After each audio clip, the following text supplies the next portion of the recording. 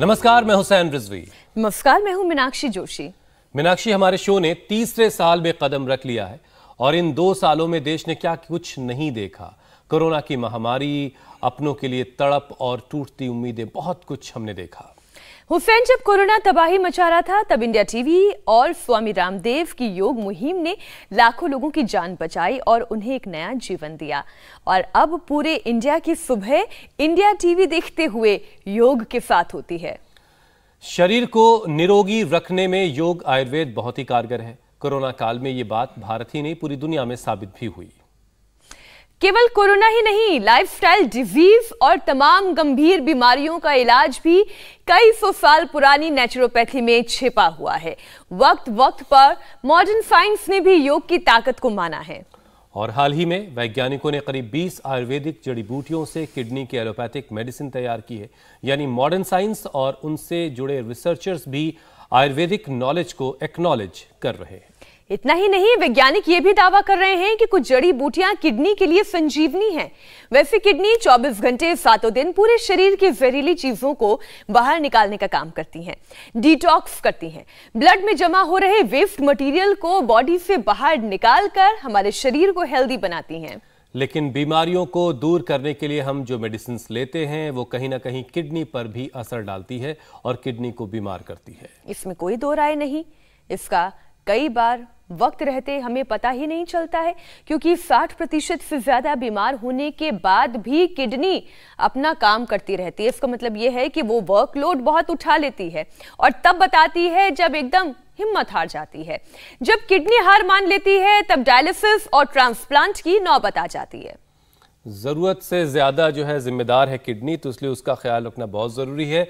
आप किडनी का ख्याल कैसे रखना है, बीमार होने पर कैसे उसको दुरुस्त करना है, कौन सा योग करना फायदेमंद होगा, तमाम बातें आज स्वामी रामदेव से हम जानेंगे, जो इस वक्त हमारे साथ देवभूमि हरिद्वार से जुड़ चुके हैं। स्वामी जी, बहुत बहुत स्वागत है आपका। स्वामी जी, आज आपने गार्डन में साइकिलिंग शुरू कर दी है, तो मशीन वाली साइकिल है। बहुत बहुत प्रणाम। आज ये मशीन वाली इसलिए रखी है कि किडनी वालों को ज्यादा श्रम करने से थकान हो जाती है, तो इतनी जोर से भी ना घुमाए जैसे मैं घुमा रहा हूँ। वो धीरे धीरे धीरे धीरे धीरे धीरे धीरे धीरे ऐसे ये करेंगे, तो इसी से भी फिजिकल एक्टिविटी से इसका सीधा असर साइकिलिंग का किडनी पर पड़ता है, लीवर पर पड़ता है, आंतों पर पड़ता है। नेचुरोपैथी में कहा जाता है ये जो 2 पैर है ना, ये 2 डॉक्टर हैं, और ये जो 2 हाथ हैं ये 2 नर्स हैं। भगवान ने सारी सृष्टि को स्वावलंबी आत्मनिर्भर बनाया और बहुत सुंदर बनाया है। यहाँ तो मैं देख रहा हूँ आधी बीमारी तो ऐसे ही देखो, चारों तरफ कितनी सुंदर, मेरे बाएं तरफ गुलाब के फूल हैं, सामने कितना सुगंधित वातावरण होगा स्वामी जी, और मेरे दाएं बाएं भी कितने सुंदर सुंदर फूल है।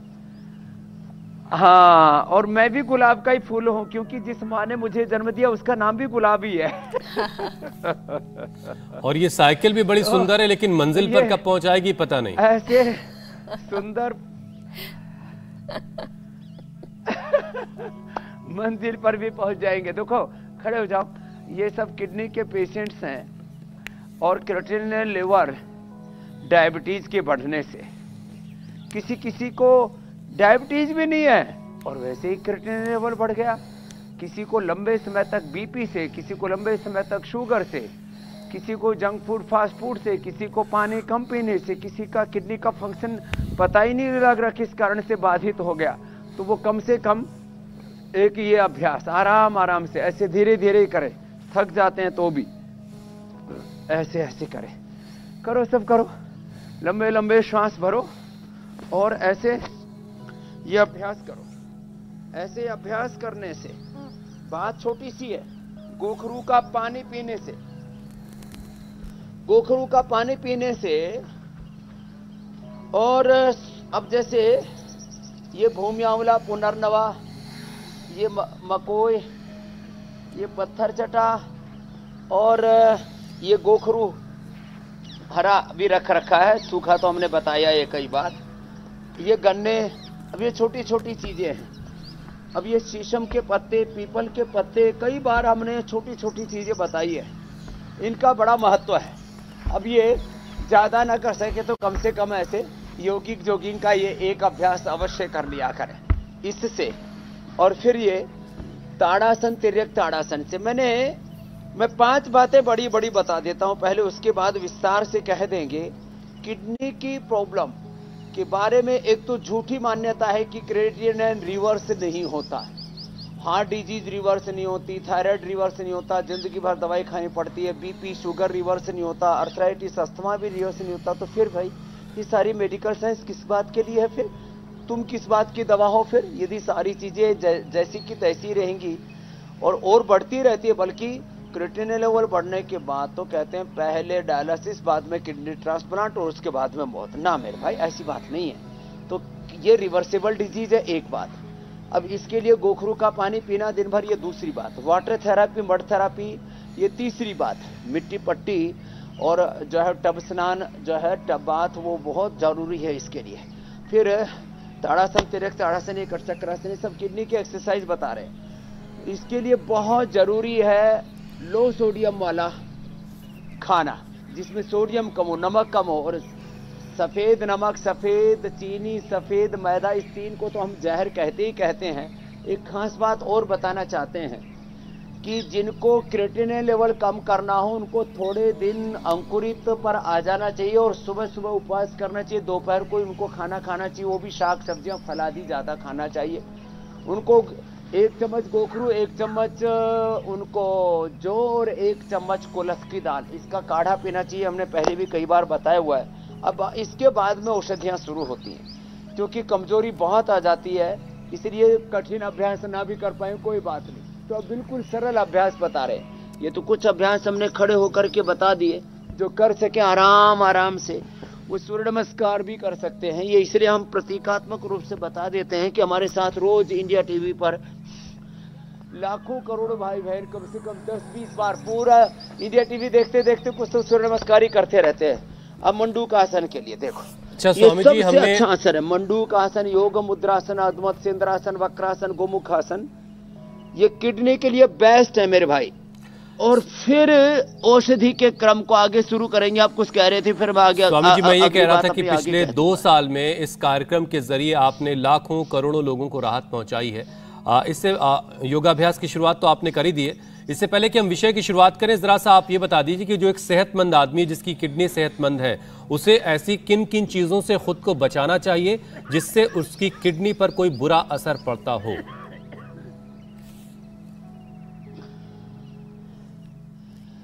पानी ज्यादा पीना चाहिए और कम से कम सर्दियों में भी 3 लीटर और गर्मियों में तो यदि 4 लीटर भी पानी और सब लिक्विड मिला करके, दही, छाछ और तमाम शरबत, जूस, जो भी हम लिक्विड लेते हैं, क्योंकि फल और शाक सब्जी सलाद आ लेते हैं, उसमें भी 60-70% जो है पानी होता है।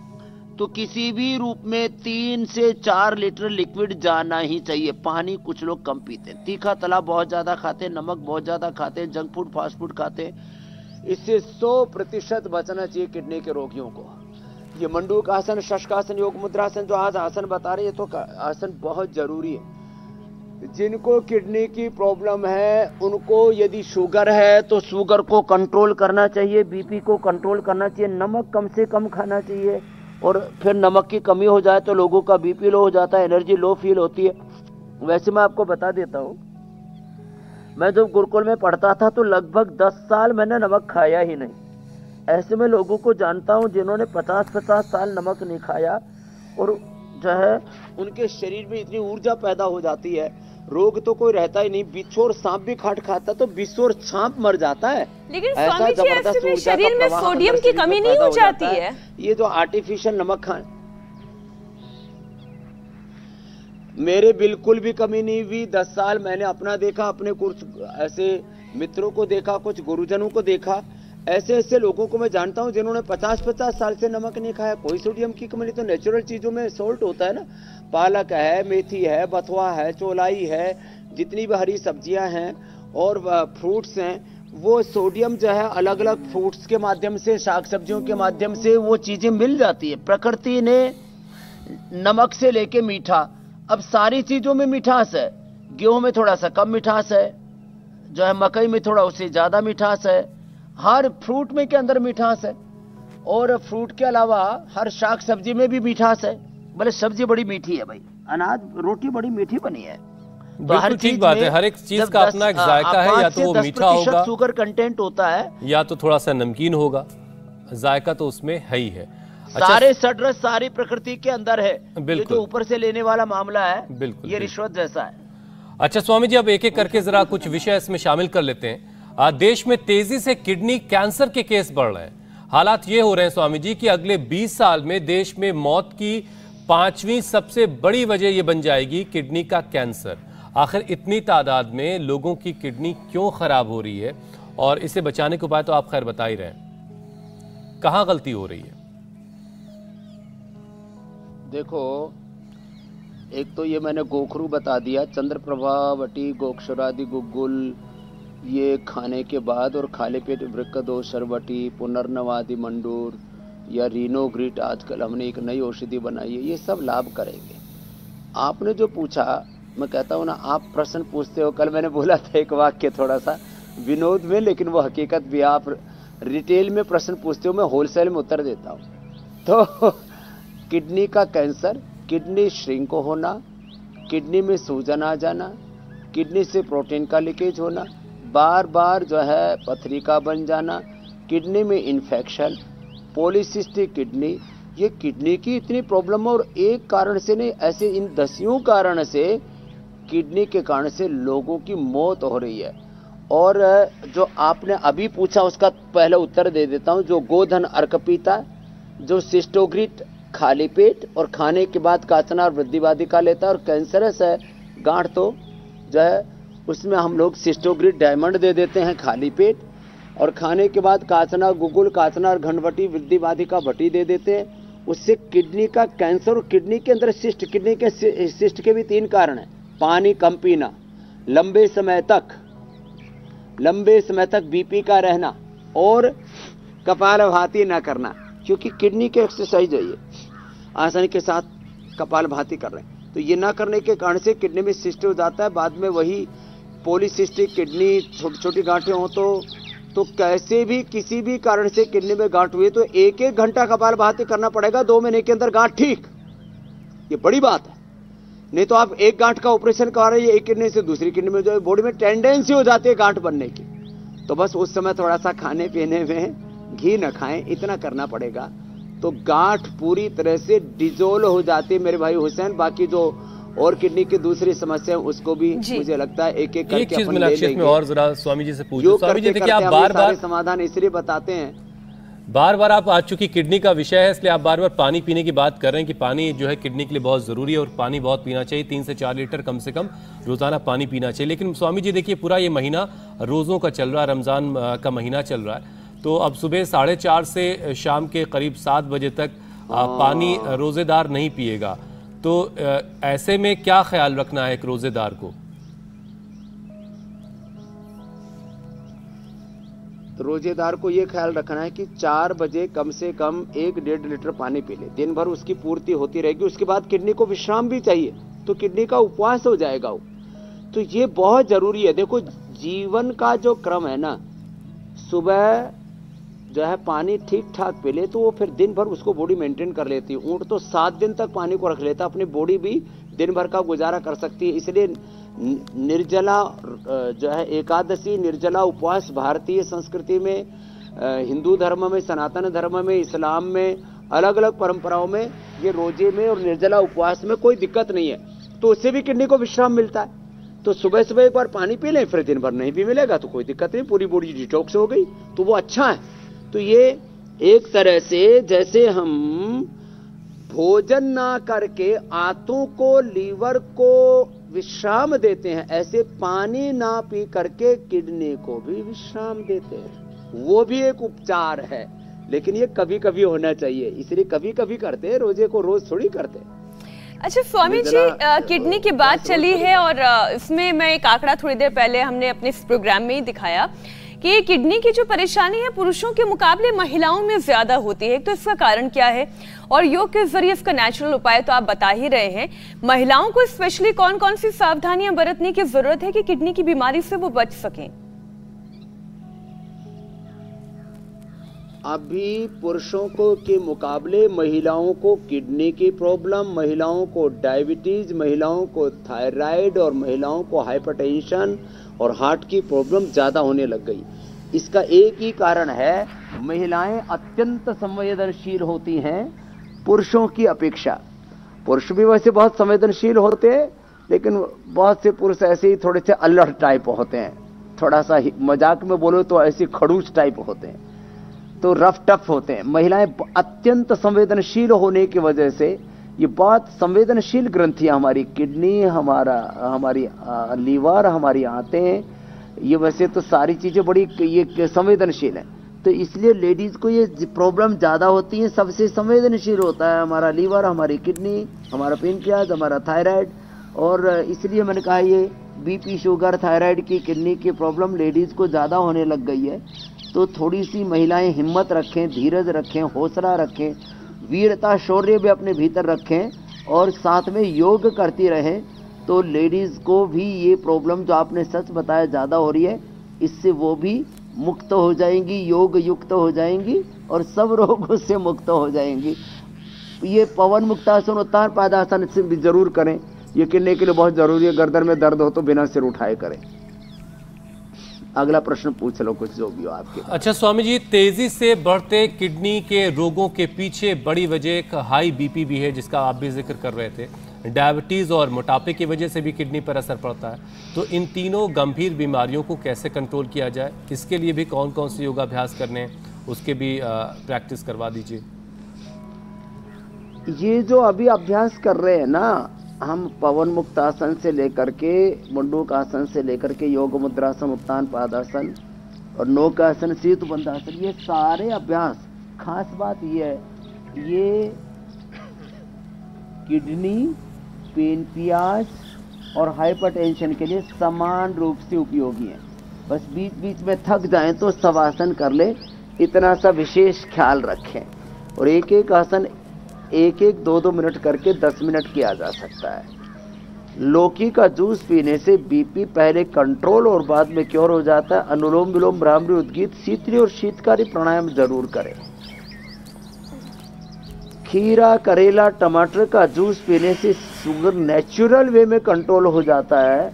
बाद में शुगर के लिए हम मधुनाशिनी खाली पेट और खाने के बाद मधुग्रिट, और बीपी के लिए मुक्तावटी या बीपी ग्रिट का प्रयोग करते हैं। तो एलोपैथी की दवाइयाँ हम पहले ही दिन से छुड़वा देते हैं और इससे ये बड़े बड़े उपद्रव दूर हो जाते हैं।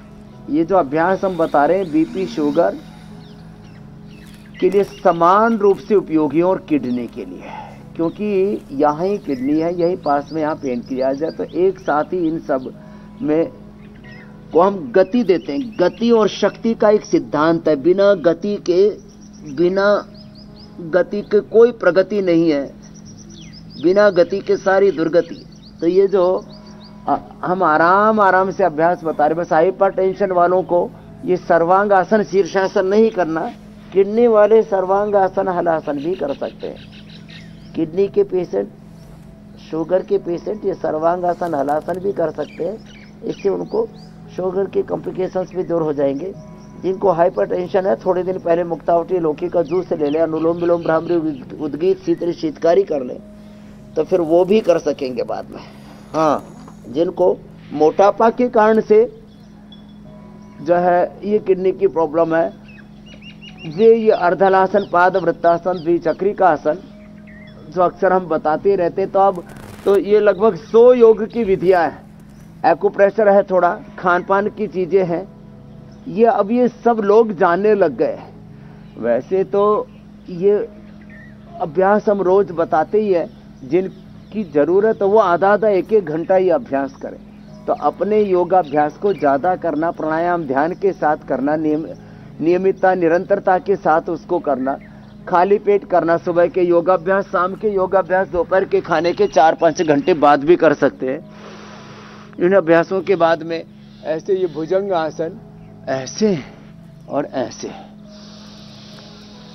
बिल्कुल सिंपल है ये अभ्यास, ऐसे सब किए और बाद में थक जाते हैं तो एड़िया अंदर, पंजे बाहर, ऐसे विश्राम भी कर लेते हैं। किडनी के पेशेंट थकते बहुत हैं तो बीच बीच में ये मकरासन विश्राम का आसन है और एक शवासन, उसमें विश्राम कर लिया करे, फिर दोबारा ऐसे कर लिया करे ऐसे।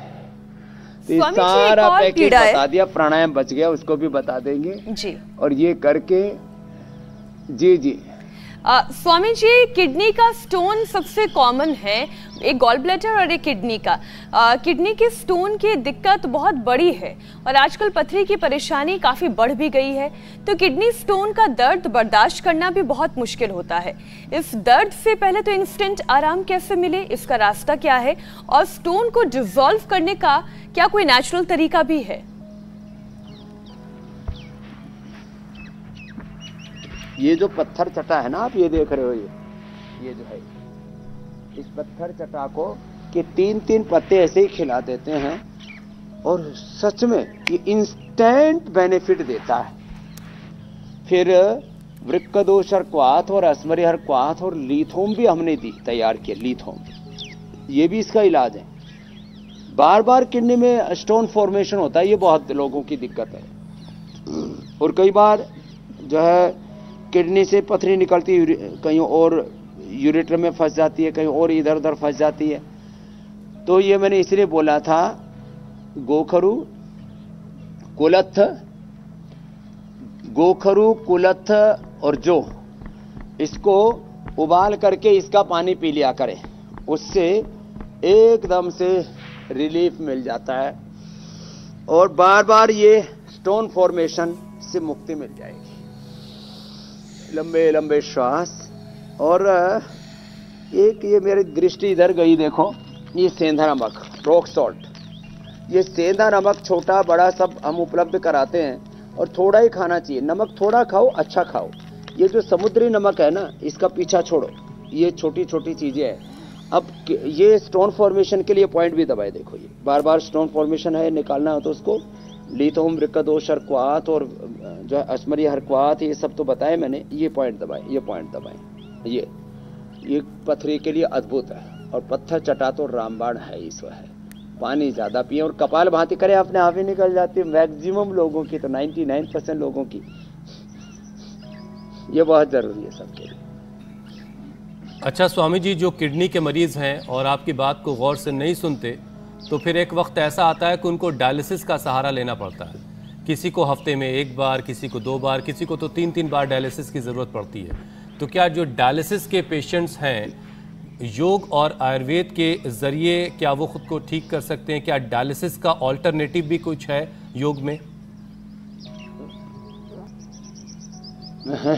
डायलिसिस का तो कुछ ऑल्टरनेटिव नहीं है, क्योंकि जो किडनी काम करती है खून को साफ करने का, वो बाहर मशीन से साफ करके फिर खून वापस डाल देते हैं। खून की जो इम्प्योरिटीज है, उसकी अशुद्धता है, उसको दूर करके वापस शरीर में डाल दिया। तो इसका एक ही उपाय है। ये एक बहुत इंटरेस्टिंग आपका प्रश्न है, उसका मैं उत्तर दे देता हूं कि क्या डायलिसिस पर गए हुए पेशेंट भी वापस अपनी किडनी को रिवर्स एक्टिवेट कर सकते हैं? ये मैंने देखा है कि जिनको डायलिसिस करना पड़ रहा था 1 सप्ताह में, जैसे आपने कहा 1 बार, 2 बार, 3-3 बार तक, उन लोगों ने योगाभ्यास शुरू किया तो पहले 3 बार वाले 2 बार आए, 2 बार से 1 बार आए, फिर 15 दिन, फिर 1 महीने में, और बाद में उनका भी छूटा है। तो ये जो वृक्कदोषर क्वाथ या गोखरू के उससे हवन करना और साथ में इसका दिन भर गोखरू का ही पानी पीना, और एक और बता देता हूं, जिनका प्रोटीन लीकेज है, गिलोय, गोखरू, आंवला, तीनों का काढ़ा बना करके पिला देते हैं और कपाल भाती 1-1 घंटा, बस ये बहुत जरूरी बात है। तो प्रोटीन लीकेज भी बंद हो जाता है। ये बात एकदम पक्की है। किडनी की सूजन, किडनी का इन्फेक्शन, पॉलीसिस्टिक किडनी, ये सब 1-1 घंटा कपाल भाती और 15 मिनट से 20 मिनट अनुलोम विलोम, ये 2 जरूर करने। हाँ, मैं प्राणायाम पर ही आपसे सवाल पूछना चाहती। स्वामी जी, आपने शुरुआत में बोला, जब महिलाओं वाला सवाल मैंने आपसे पूछा था कि बहुत संवेदनशील हैं हमारे जो बॉडी के ऑर्गन्स हैं वो भी, और ऐसे में जो स्ट्रेस है वो किडनी का बहुत बड़ा दुश्मन है। ज्यादा तनाव मतलब किडनी पर बुरा असर डायरेक्ट दिखाई देगा। तो तनाव दूर करने के लिए कौन कौन से प्राणायाम करने हैं और कितनी देर करने हैं, ये भी आप समझा दें। अनुलोम विलोम कम से कम 5 मिनट, 5 मिनट तक। जिनको बहुत ज्यादा स्ट्रेस रहता है तो 5 मिनट तक और थोड़ा तो स्ट्रेस सभी को रहता है, तो 5 बार से लेकर के 5 मिनट 5 बार सभी को करना है।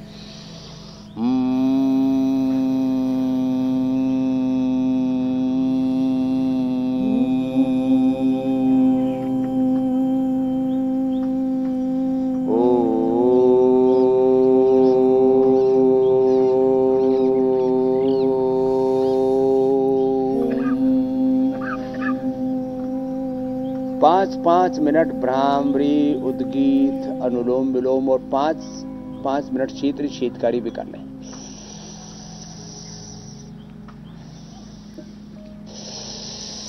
एक खास बात बस 1 मिनट की मैं जरूर कहना चाहता हूं। जब ऐसा ध्यान करते हैं ना भ्रामरी, उद्गीत का, ओंकार का, गायत्री आदि का, या अंतर्मुखी हो जाते बिना शब्द के भी, सब नाम रूपों में प्रभु है। ये सारा जगत प्रभु का विश्वमय रूप और वो विषातीत गुणातीत सब नाम रूपों के पार भी वो निर्गुण निराकार एक अक्षर विनाशी ब्रह्म है जो सृष्टि के जर्रे जर्रे कण कण में। अब उस भगवान का जब ध्यान करते हैं ना, तो देखो खास बात, बाल नहीं झड़ेंगे, आंखें ठीक रहेंगी, कान ठीक रहेंगे, कफ कोल्ड नहीं होगा, दांत और मसोड़े ठीक रहेंगे, सेंसिटिविटी की समस्या नहीं होगी, स्किन अच्छी रहेगी, थायराइड अच्छा रहेगा, हार्ट अच्छा हो जाता है। भ्रामरी उद्गीत 15-15, 20-20 मिनट करने से इजेक्शन फ्रैक्शन बढ़ जाता है, लंग अच्छा हो जाता है, डीजनरेट वे lung, heart, pancreas, liver, kidney, ये सब रीएक्टिवेट हो जाते हैं, स्किन और बोन सेल्स। तो ये मेडिटेशन ना, ये नेचुरल हीलिंग करता है, रिजुविनेशन करता है, ये है बड़ी बात। इसलिए कम से कम 2 से 5 मिनट की शुरुआत करें। 2 से 5 मिनट का ध्यान भी सबको अवश्य करना चाहिए और थोड़ा मौन जरूर रहना चाहिए 5 मिनट दिन में। एक बड़ी बात स्वामी जी ये भी है, शरीर की हीलिंग होती है। इस ब्रह्मांड की जो सकारात्मक ऊर्जा है वो हमें ऊपर उठाती है। जी मेरे भाई हुसैन। स्वामी जी एक बड़ी बात ये भी कि जब आप सवाल पूछने वालों के नाम लेते हैं तो उनको काफी उससे राहत मिलती है, तो अब सवालों को शामिल कर लेते हैं। और पहला सवाल मेल के जरिए रूपाली का हम तक आया है, उनकी भी हीलिंग होती है तो पूछ लो आप। जी जी, रूपाली गायतुंडे का सवाल है ये। उनके भाई को कई सालों से पॉलिस्टिक किडनी डिसऑर्डर है, डायलिसिस का उनको सहारा लेना पड़ता है, डॉक्टर्स ने किडनी ट्रांसप्लांट की सलाह दे दी है। योग और आयुर्वेद से उन्हें कैसे राहत मिल सकती है? तो रूपाली जी के भाई से लेकर के बीच में आपने एक प्रश्न, उसी के उत्तर में मैंने कहा था कि डायलिसिस से भी वापस लाया जा सकता है। जो डायलिसिस पर चले गए हैं और पेनक्रियाज के पेशेंट जो इंसुलिन पर चले गए हैं, और भी जो अलग अलग पेशेंट अलग अलग बीमारियों में स्टीरॉयड पर चले गए, उनको हम वापस लेकर के आए। तो बस ये प्राणायाम, भस्त्रिका, आराम आराम से 10-20 मिनट, कपालभाति, अनुलोम विलोम 1-1 घंटा, भ्रामरी उद्गीत, फिर ये बीच में थोड़ा अग्निसार भी कर सकते हैं, ये पॉइंट भी दबाएं। और जो औषधि हम बता चुके हैं, वृक्क दोष और पुनर्नवादि, खाली पेट, खाने के बाद चंद्रप्रभा, गोक्षुरादि और रीनोग्रिट, ये औषधियां ले लें। और पीपल और नीम के पत्ते का रस 1-1 चम्मच जरूर पिएं और दिन भर गोखरू का पानी पिएं। बस ये इतना उपाय करेंगे और थोड़े दिन के लिए घी बंद कर दें, तेल बंद कर दें, तला हुआ सब बंद कर दें, अनाज भी बंद कर दें, स्प्राउट्स, वेजिटेबल्स, फ्रूट्स इनका ज़्यादा इस्तेमाल करें। तो धीरे धीरे 1-2 महीना, 3 महीना भी भले ही क्यों ना लगे, रिवर्सेबल है। नहीं तो मैंने कहा ना, डायलिसिस के बाद ट्रांसप्लांट, ट्रांसप्लांट के बाद फिर दोबारा ट्रांसप्लांट, कब तक ये कार्यक्रम चलेगा? आपने देखा, चाहे सुषमा स्वराज जी थी, अरुण जेटली साहब जो हमसे बहुत प्रीति करते थे, वो भी डायलिसिस पर चले गए, फिर वापस लौट के ही नहीं आए, दुनिया से ही चले गए। तो ये बड़ा खतरनाक खेल है, इससे हम लोगों को बचा रहे इंडिया टीवी के माध्यम से मेरे भाई हुसैन जी। अगला सवाल स्वामी जी मेल के जरिए वैष्णवी ने पूछा है। उनकी उम्र मात्र 17 साल है और पिछले 2 हफ्तों से सिर में दर्द और चक्कर की परेशानी से जूझ रही हैं। वो बहुत दुबली हो गई हैं। उनका वजन मात्र 33 किलो है। अब 17 साल की उम्र है और वजन केवल 33 किलो। सिर दर्द बना हुआ है, राम राम। क्या उपाय करना चाहिए? तो एक तो उनको सूर्य नमस्कार करना चाहिए और जो भुजंगासन हमने बताया था ना, ये ज्यादा करना चाहिए। अब वजन बढ़ाने के लिए उनको वेट गेन, खजूर का प्रयोग, केला और आम, ये सब, दूध, दही, छाछ का प्रयोग। और साथ में जो सिर में दर्द है उसके लिए तो उनको सबसे अच्छा नस्य है, ऐसे तो अणु तेल का भी नस्य बहुत काम करता है, ज्योतिष्मति। ज्योतिष्मति का नस्य और मेधावटी ये सबसे ज़्यादा उपयोगी हैं सिर में दर्द के लिए। ज्योतिष्मती का नस्य ये सिर में दर्द में भी, एपिलेप्सी में भी, डिमेंशिया, अल्जाइमर और पार्किंसन में भी, नींद जिनको नहीं आती उनके लिए भी 5-5 बूंद डाले बस। पहले 2-3 से ही शुरू कर दे, थोड़ी एक बार छींक आती है पूरा साफ हो जाता है। तो वैशाली जी पूरी तरह से सिर दर्द से मुक्त हो जाएंगी। मात्र ज्योतिष्मती है, ये अभी धीरे धीरे पूरे देश में उपलब्ध करा रहे हैं। अभी ऑर्डर मी के माध्यम से यहीं से मंगवा सकते हैं। तो ज्योतिष्मती का नस्य कर लें, तब तक बादाम रोगन या गाय का घी डालें, उससे भी सिर में दर्द अच्छा हो जाएगा।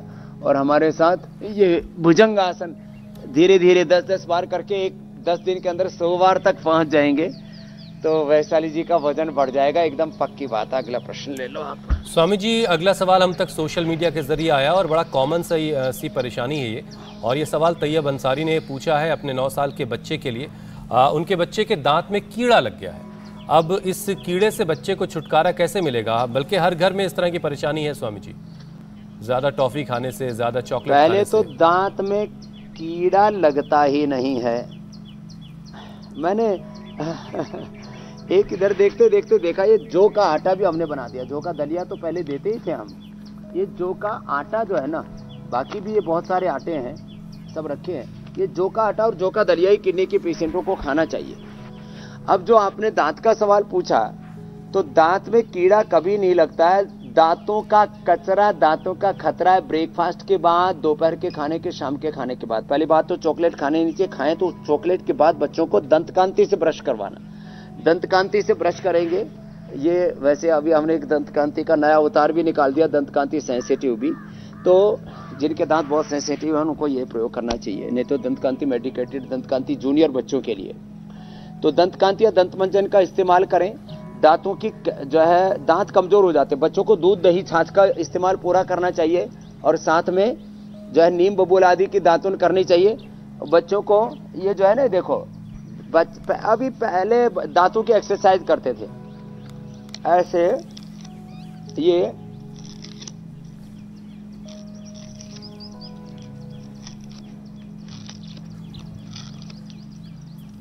अब इसको चूसा करते। अरे स्वामी जी, मुझे ध्यान आ रहा है कि लौंग भी कई बार दादी दे दिया करती थी कि दांत में रखो। ये लौंग का तेल इस्तेमाल करने से भी क्या आराम मिलता है?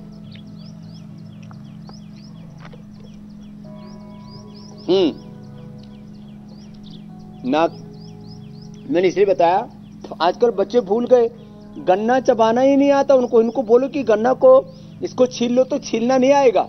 बीए पीएचडी कर लेते हैं, बड़े बड़े एंकर्स को भी गन्ना छीलना नहीं आता। सर मुझे भी जमाना हो गया गन्ना खाए हुए। मुझे भी याद नहीं है, जब छोटी थी तब कभी खाया होगा। अब याद ही नहीं आखिरी बार कब खाया। एक बार एक ट्रक भिजवा देता हूँ इंडिया टीवी में, सबकी ट्रेनिंग करवा देना। ये छोटी छोटी बातें हैं, ये दांतों की एक्सरसाइज है। अब दांतों की एक्सरसाइज हमें ऐसे करवानी पड़ती है। पहले चना खाते थे, गन्ना चूसते थे, दांत 100 साल तक अच्छे रहते थे। बच्चों को गन्ना चुसवाएं, आजकल मिलने लग गया, सब्जी मंडी में गन्ना भी मिलता है। ठीक है स्वामी जी। दंतकांति अपने पतंजलि चिकित्सालय और हर आजकल तो करीब 15-20 लाख स्टोर पर दंतकांति मिलने लग गया। दांत एकदम फर्स्ट क्लास हो जाएंगे साहब। और बच्चों को चॉकलेट ज्यादा नहीं खिलाने चाहिए, खाएं तो उसके बाद तुरंत उनको पेस्ट कराना चाहिए। ठीक है स्वामी जी, अब कार्यक्रम के अगले पड़ाव की तरफ चलते हैं। किडनी को तंदुरुस्त रखने के लिए आपने तमाम योगाभ्यास करवाई दिए हैं, बहुत सारे सवालों के भी जवाब दे दिए। अब वो घरेलू नुस्खा बताइए जो टेस्ट में भी जबरदस्त हो और किडनी को भी डिटॉक्स करे, हेल्दी बनाए।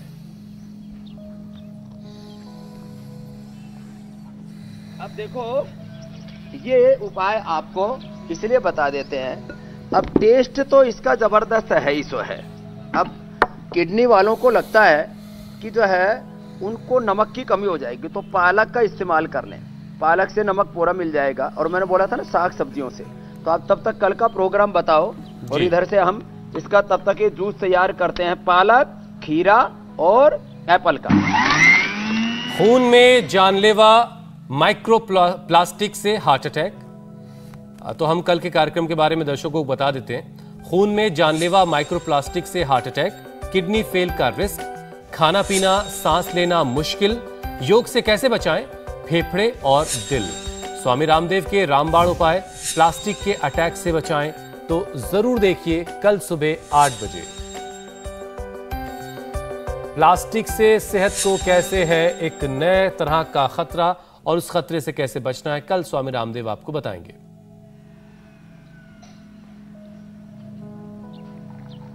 ये खीरे का, पालक का और एप्पल का जूस तैयार हो गया। और इसमें नमक नहीं डालना है, और डाले भी तो जिनको किडनी की प्रॉब्लम नहीं है या किडनी की है भी तो एक चुटकी, कितना, इतना सा, देखो ये। और फिर इसमें नींबू निचोड़ करके इसको पी जाएं तो ये किडनी वालों के लिए सबसे हेल्दी जूस रहेगा, गर्मी से भी बचाएगा, आजकल गर्मी भी बहुत ज़्यादा हो गई है। और जो इसको पिएगा वो एकदम फिट हो जाएगा। मैं भी पी लेता हूँ, मुझे भी तो अपनी किडनी 100 साल तक नहीं, 3 पीढ़ियों तक ठीक रखनी है। मेरे जाने के बाद भी 300-400 साल तक काम आएगी मेरी किडनी। बहुत बहुत शुक्रिया स्वामी जी, बहुत बहुत धन्यवाद। इंडिया टीवी हर वक्त हर जगह डाउनलोड करने के लिए सर्च करें India TV news Google play store या ऐप स्टोर पर।